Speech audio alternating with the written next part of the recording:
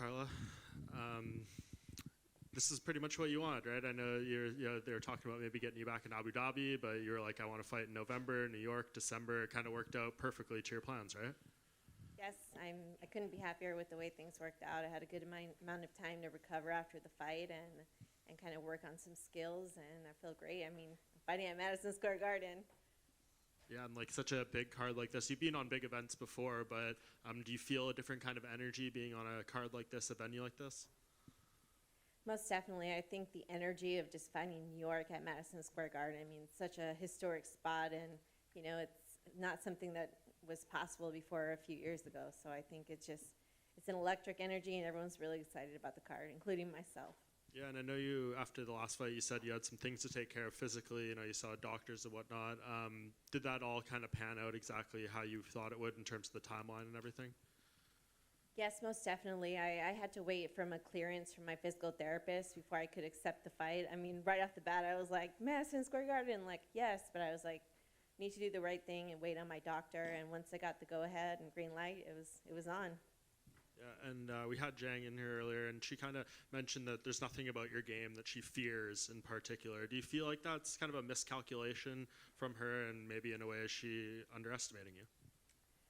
I think probably a lot of people have felt that about my game, but doesn't really matter what she thinks or what she fears. I mean, I'm going in there with my best game, and this is probably one of the best camps I've had, so I'm just ready to go in there the best me and kind of prove the world wrong, I guess. Yeah, I know, we don't have to go back to the last fight and talk ad nauseum about it, but when you sit here again a few days away from fighting again, do you feel like you learned a lot from that last fight that you can bring into this one?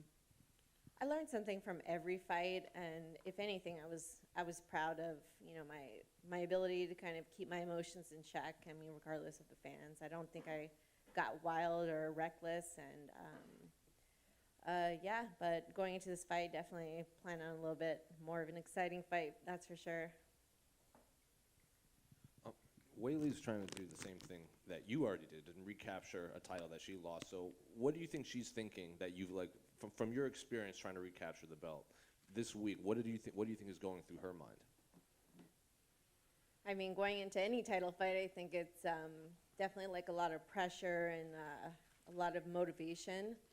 But I think I definitely had a longer journey to get here, and you know, if anything, my motivation going into a defense is huge because I've never been able to defend my belt, and that's been like a huge unfinished business for me that I'm excited to fight for. And unembedded, her coach said that he knew that you two would eventually be matched up sometime down the line. Was she a name that you knew eventually that you two would be matched up, whether it was for the title or not?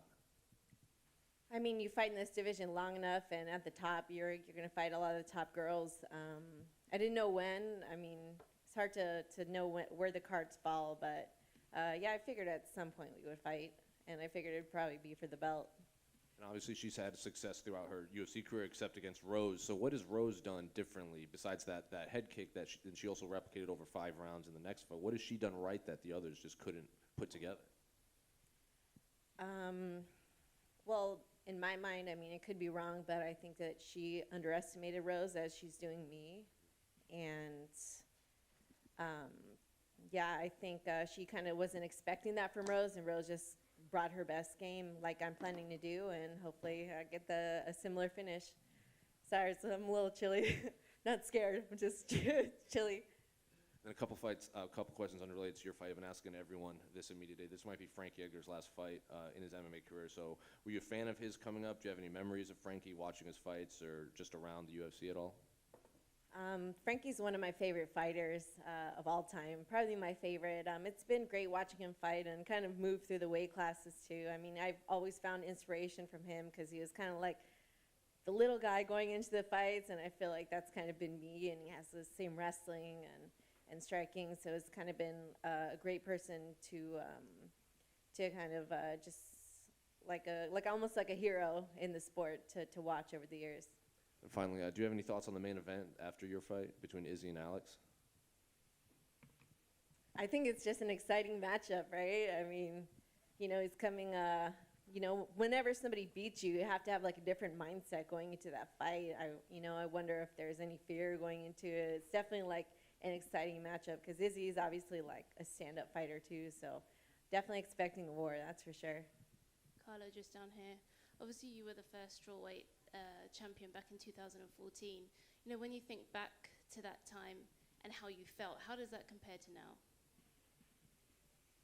I think I was definitely a lot younger in the sport, and I think everything I've done to kind of build myself up, and I'm a lot more of a veteran now, so it's definitely a different feeling just kind of going into fight week and going into the fight.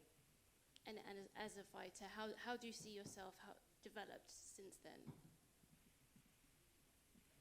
I feel that I've definitely gotten a lot stronger. I put a lot of size on working with the UFCPI. I've changed my mindset. I worked really hard on that. I've even been reading during this week and going through a lot of changes, like thinking more positively and having more belief in myself. I've worked on a lot of skills, going back to being a beginner in classes and relearning things and just constantly trying to evolve. Carla, over here. Wait, Carla, when over here. when you look at Whaley as a challenger, is there anything that stands out to you about her? Anything that you think you need to be aware of? I think overall she kind of has a relatively, I wouldn't say like basic, but like there's nothing super like unique. Just the style's she's very powerful and very strong. So everything she does, it's definitely coming at you hard, but there's no like funky like leg locks or, I would say probably her spinning back fists that she got a knockout last time is a pretty good one. But overall, I feel confident going into the fight that I'm not going to see anything like too crazy out of the box. And just last one, sorry. You said this was kind of like unfinished business, not being able to successfully defend your title last time. So how much will it mean to you to be able to do that this time in MSG? I mean, if you're going to defend a title, you can't do it in a better place than MSG. So I'm super excited to feel the electricity of the crowd and the energy. Carla, over here. Everyone always talks about Whaley's power and her striking. Talk to me about her grappling for a second. Like, how do you feel her grappling matches against yours? I feel that I'm definitely the more technical grappler in wrestling and jiu-jitsu. I've seen her, go for takedowns, and she's very, like, strong. I feel that she's strong enough to where even if she, like, grabs on something, even if it's not her hands aren't in the right place, her head's not in the right place, she powers through things because she is so strong.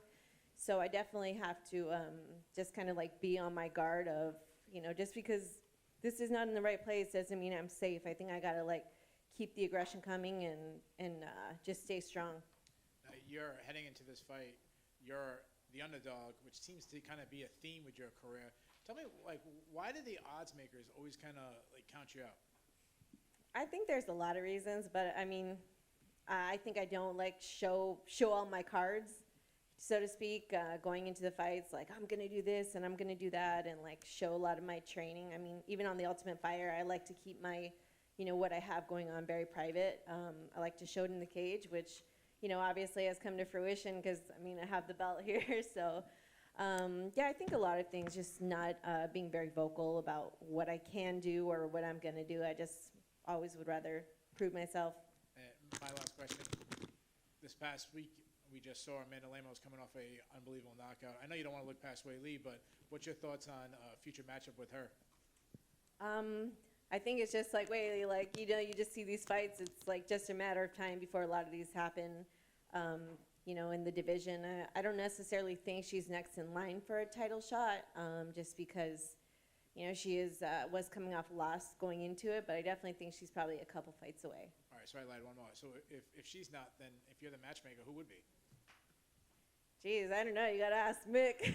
But, I've beaten most of the girls in the top 5, I think. So it's definitely a tough one. I might have to see how the division shakes out a little bit in this next couple months. Good luck to you. Carla, back center here, right here.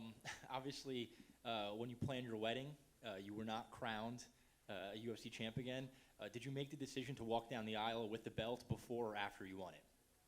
I think it's from the fabulous media like you people who are just like, are you going to wear the belt down the aisle? And I was like, Well, I guess so. It sounds like a good idea. And I once the fight happened and I won the belt, I was like, well, now I got to do it. I've said it in enough interviews, and it was definitely a really unique thing to go into the wedding and walk down the aisle with the UFC belt around my waist. That's something new, I guess I could ask for. And obviously you went into that fight expecting to win, but regardless, having a professional mixed martial arts fight just weeks before a wedding could be a little scary, with getting cuts or bruises. Was that a concern for you at all? It was my initial concern, and it was when I got the news about the fight, it was definitely, I was on the fence about it, but I went to my wonderful husband, we're in the back, and he, just assured me and reassured me, I guess, that, he knew what he was getting into when he was marrying a fighter, and, like cuts or bruises, I mean, he was there for me and was going to love me no matter what. So, I mean, I guess just you want to look pretty for your walking down the aisle and for your husband, but at the end of the day, I'm just glad it worked out. And I hate to put you on the spot, but which piece of jewelry felt better, putting the ring on your finger or putting the belt on your waist? I'm going to call it a tie. Thank you. Right here, Carla. You talked about the strength of Weili today, and embedded to your coach was also talking about her strength, both in punching power and overall strength. Do you think she's going to be the most physically strong woman you've ever fought? That's a tough one. I've fought the best of the best for well over a decade.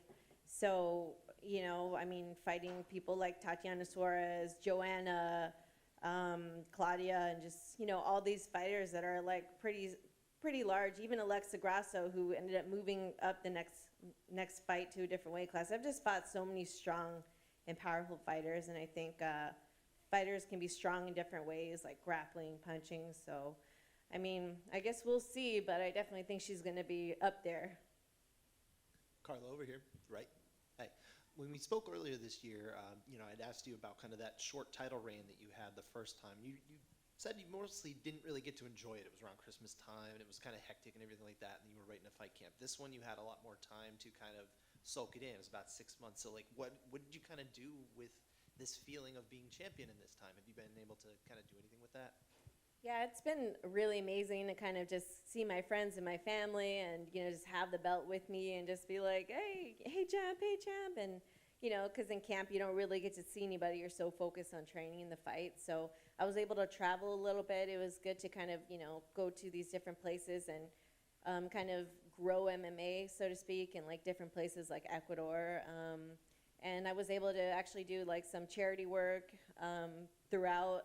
So that was really rewarding for me because, I feel like having the belt, you can do a lot more good because it definitely grabs more attention, and it's something that's really close to my heart, and hopefully I can do more of after I defend this belt. Has it opened any other doors in the last couple months for you, professionally outside of the cage itself? Or?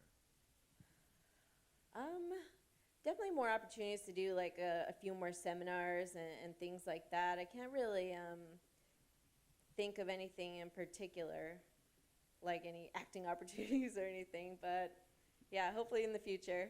And I know you're big on cookies, obviously. You're the cookie monster. Where are you going to get cookies afterward? I heard of this place out here that's really good. It's called Levain. I heard that cookie place was really good out here in New York, so I might try that if I can get up early enough. All right, thank you.